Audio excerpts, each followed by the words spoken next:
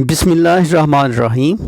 توکل اور رزق کے لیے توکل اور اسباب کے مابین توازن درکار ہے۔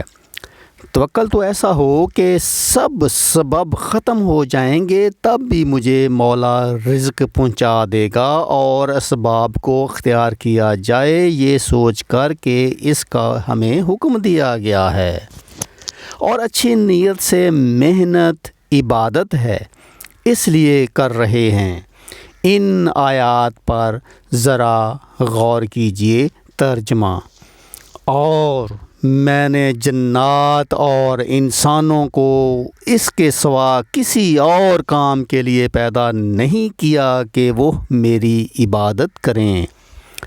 میں ان سے کسی قسم کا رزق نہیں چاہتا اور نہ یہ چاہتا ہوں کہ وہ مجھے کھلائیں۔ اللہ تو خود ہی رزاق ہے، مستحکم قوت والا ہے۔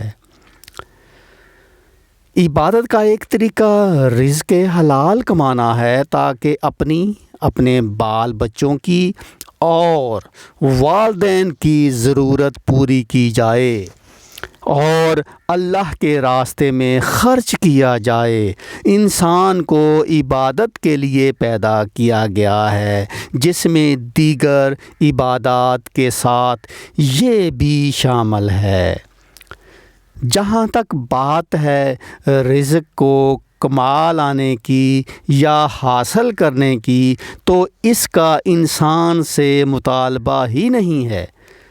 یہاں اللہ پاک نے 2 جملے ارشاد فرمائے ہیں: میں ان سے کسی قسم کا رزق نہیں چاہتا اور نہ یہ چاہتا ہوں کہ مجھے کھلائیں۔ دوسرے جملے کا مطلب یہ ہے کہ اللہ اپنی ذات کے لیے رزق نہیں چاہتا، تو پھر پہلے جملے کا کیا مطلب ہے؟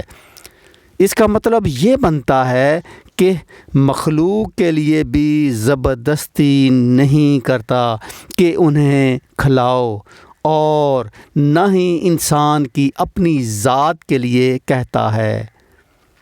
کھلائے گا کون؟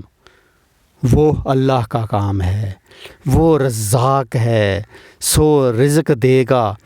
بات تو اس پر مکمل ہو جاتی ہے، لیکن آیت مکمل نہیں ہوتی۔ اس میں مزید وضاحت ہے۔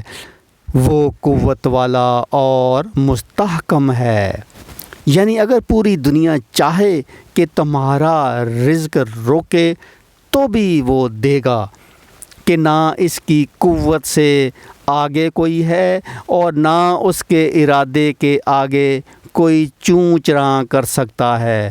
لہٰذا نہ کوئی جادو، نہ تعویذ، نہ بندش، نہ جن، اور نہ کوئی دشمن کوئی انسان کا رزق ایک لمحے کے لیے بھی نہیں روک سکتا۔